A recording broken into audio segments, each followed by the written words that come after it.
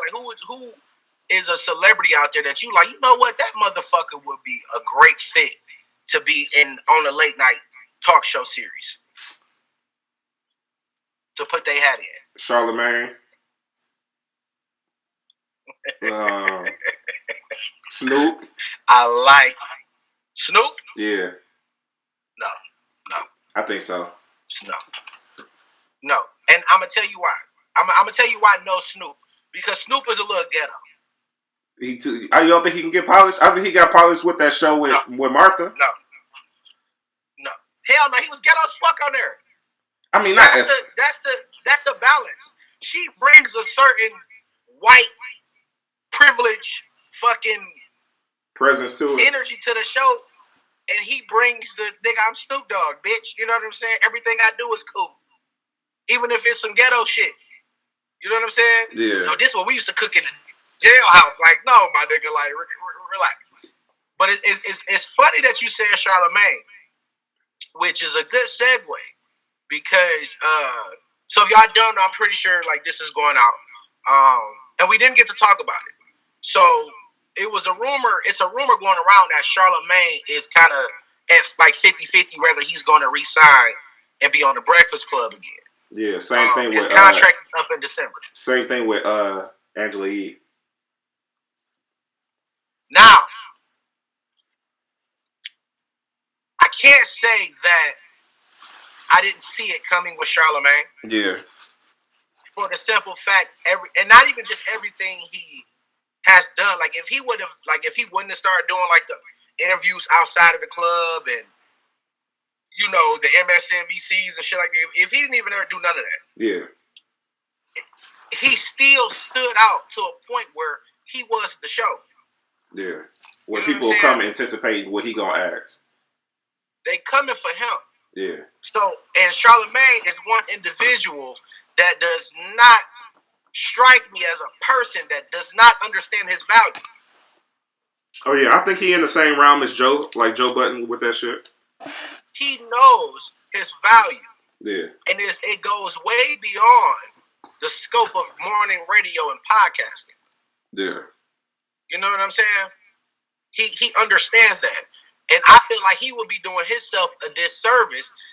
As much as I love the Breakfast Club and as far as the culture, you know what I'm saying, and what they represent to the culture, I think he could do both. No, he definitely could. He could do that shit now. I think that the reason he don't is because of what everybody else say. Like they say he leaving, and I think it just looked bad. He trying to put more focus on it. But I think eventually he actually is going to leave. Yeah, even if it's not this year, yeah, or 2021 rather, in the next couple years, you will start to see like, and that's the thing. What I was like, I was talking to my mans about, like, he do the Breakfast Club. He up at 4. He do the Breakfast Club for 3-4 hours. After that, like on Thursdays, he gonna do the podcast, and he might have little shit going on that he's getting booked for. Yeah. But all that shit will become no bueno if he did a late night talk show, which he can still do. Yeah, because he one of them niggas. He's so organized with his shit. Or a talk show, or a talk show. Period. Yeah. They was so when I was listening to people talk about it, they were saying that he was thinking about doing morning TV, like how Wendy Williams do. But I don't see him as I see him as a late night nigga. I can understand why they think that. Yeah, because of the interview and how salacious it is. No, not even that. It's because Charlamagne, he caters to the women. Yeah, I see what you're saying. He woman friendly. He woman friendly. He's very, very woman friendly, which is a direct change on how he used to be. Yeah. But it works. Yeah. It works for him now. So, I feel like I would keep the Breakfast Club running as long as the numbers is still there.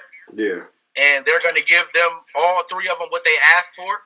But I feel like Charlamagne definitely need to make that transition over to daytime talk, or late night talk rather, whichever one. I think he had exceeded either one of them.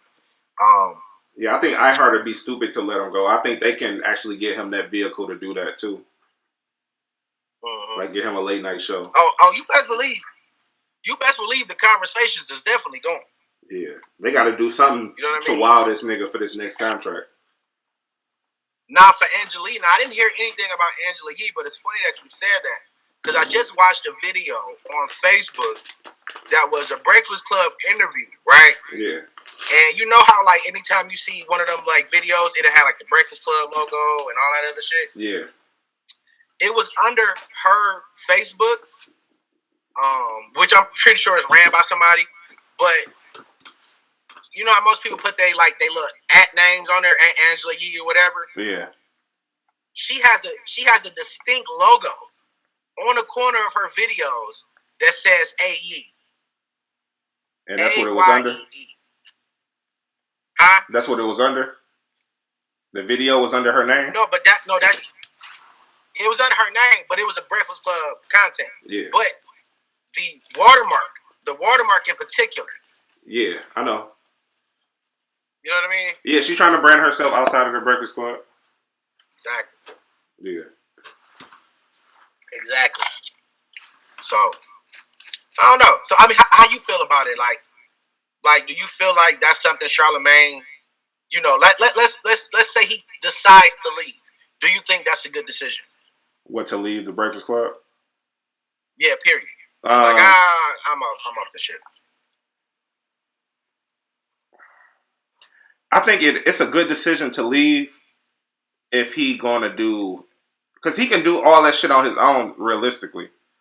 Instead of sharing it with them niggas, if his relationship's strong enough with them that he want to keep Angela Yee and Envy relevant, then yeah, do it. But if you really don't give a fuck for real and you want to get your own shit off, then it would be perfect just to leave right now because he got the steam on him and he can go make his own platform bigger. Right. Instead of starting a year or two from now and trying to build up from there. Right. But as far as right now, I feel like it's a good platform because I still go to Breakfast Club interviews before I go to most interviews. So as long as it stay like that, then I wouldn't see it being a bad thing just to stick around a little bit. Even if they bring some new people in with him.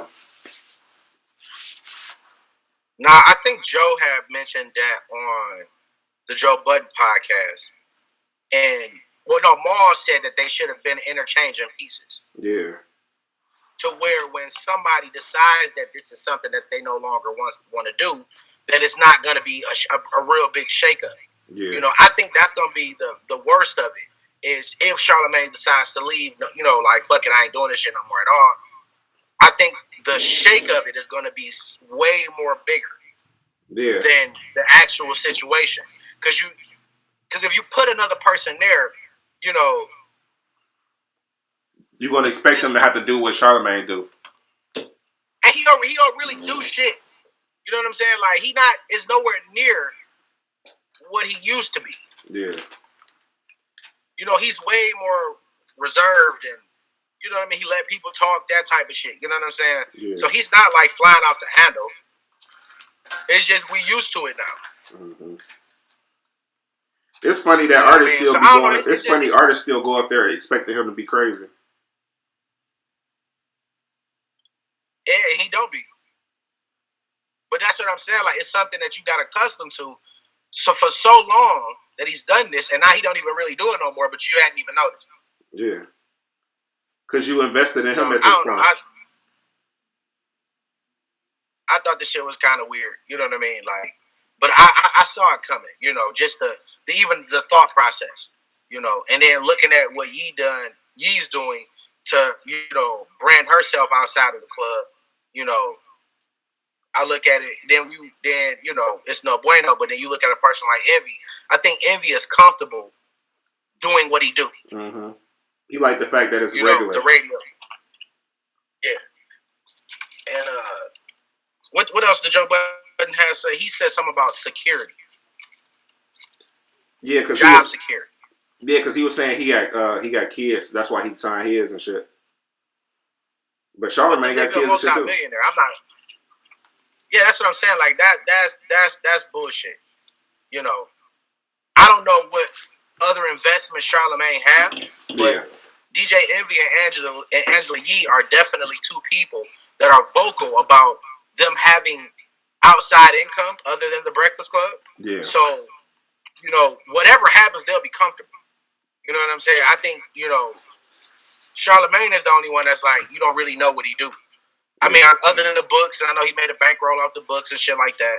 But, he doesn't have, a full-fledged business. Yeah. That's running and operating. Well, we don't know that. That's what I'm saying. Like, we don't know. Like, Yeah. But all in all, I think Charlamagne could do both. I think a lot of people want to see this be over, though. I noticed that about this whole little conversation. Because a lot of people's like, I told y'all this was about to be over. They kind of happy or kind of been waiting on the downfall of this shit. See, the only reason, like, them niggas, like, especially niggas in media, they look at it like, if they not going there no more, then that mean they gonna come here. Yeah. And that's how niggas in media look. I don't look at it like that because a lot of our content come from them niggas. Mm-hmm. That's a stretch. Yeah, but a lot of the we stories. Get a nice percentage. Yeah. Yes, we get a lot of that come from there. Mm-hmm. You know what I'm saying? So why the fuck would I want to see something that is my muse in a sense? Yeah. That's stupid to me. But that's the shit. That's the crab in the barrel, nigga. Somebody want to get the top dog out the way so they can be the top dog. But that don't even mean you gonna be the fucking top dog. Yeah. That's the stupidest shit in the world. But we seen when people overstay their welcome as far as like these personalities. Because if you look at Hot 97, all their personalities has been the same personality since the early 2000s, and they shit don't get as much traction as the Breakfast Club because they don't do shit to revitalize their shit. They don't even change the look of how their interviews is. Right. So eventually people get bored with that shit. So I feel like the Breakfast Club is ahead of it right now. But if they wait too long, then niggas just gonna boot their ass out or ignore them like how they doing Hot 97. Right.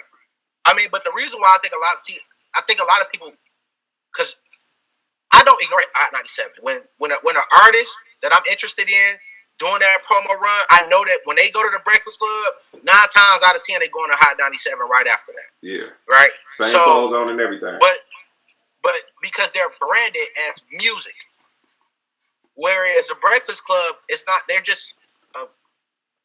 They bring political pundits in, all type of shit.